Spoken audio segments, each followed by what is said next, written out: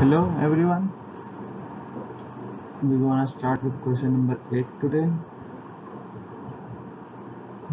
In this, a question states an electron of mass m with an initial velocity of v vector equals to v naught I, v is greater, v naught greater than 0, enters an electric field E vector that is equals to minus E naught I, and E naught is constant and greater than 0 at t equals to 0 if lambda naught is its de Broglie's wavelength initially, then its de Broglie's wavelength at time t is, so we have to find its de Broglie wavelength at time t.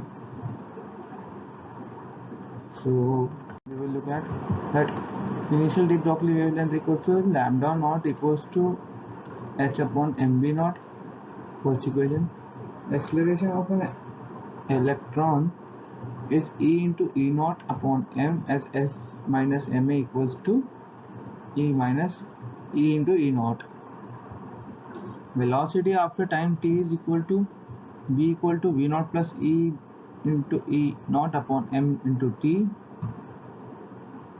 Lambda equals to h upon mv, which is equal to h upon m into v naught plus E naught E m upon t.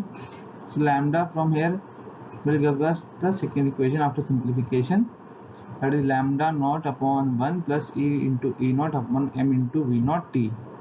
Dividing first and second equation, this and this, we get de Broglie wavelength at lambda at time t is lambda naught upon 1 plus E into E naught m v naught t.